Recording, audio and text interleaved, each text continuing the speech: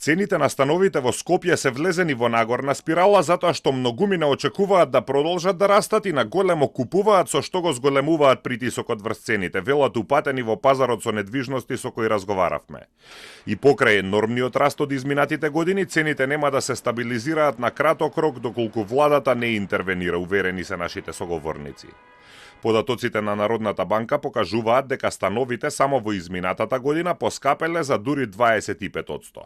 Според податоците на Катастар, просечната цена на становите во Центар во последното тримесечје од 2025-та била 110.000 денари, односно скоро 1.800 евра за квадрат. Малку поевтини биле во Карпош. Најскапиот стан бил 3.000 евра за квадрат, односно стан од 83 квадрати бил продаден за 246.000 евра. Цените ги зголемува и инвестирањето заради очекување на пораст на цената. Веќе и странски фондови купуваат станови во Скопје.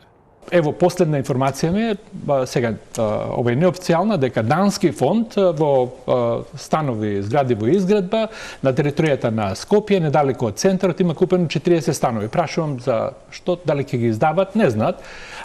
Мислам дека тука инвестицијата е, дека се очекува дека цените и натаму ќе растат, што не е гаранција, нели? Според информациите на Телма се работи за многу повеќе станови купени од Данскиот инвестициски фонд. Според нашите информации, тие досега склучиле договори за 144 стана кај Истгейт мол и во центарот на градот, а планираат бројката да достигне до 350 стана во главниот град. Резултатите од пописот во 2021-та покажуваат дека во Скопје има 60.000 празни станови. Годишниот данок на имот на становите е околу 3 до 4.000 денари, без разлика дали некој има 1 или 10 стана, со што чувањето заради очекувано поскапување е многу ефтино.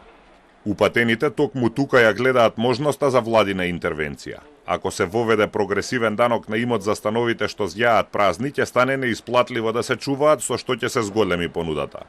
Славески вели дека Народната банка има ограничени механизми за да влијае, но навести промени во даночната политика. Според податоците на Евростат, становите во Европската Унија во изминатата деценија поскапеле за 65%. Во Македонија поскапувањето е 118%.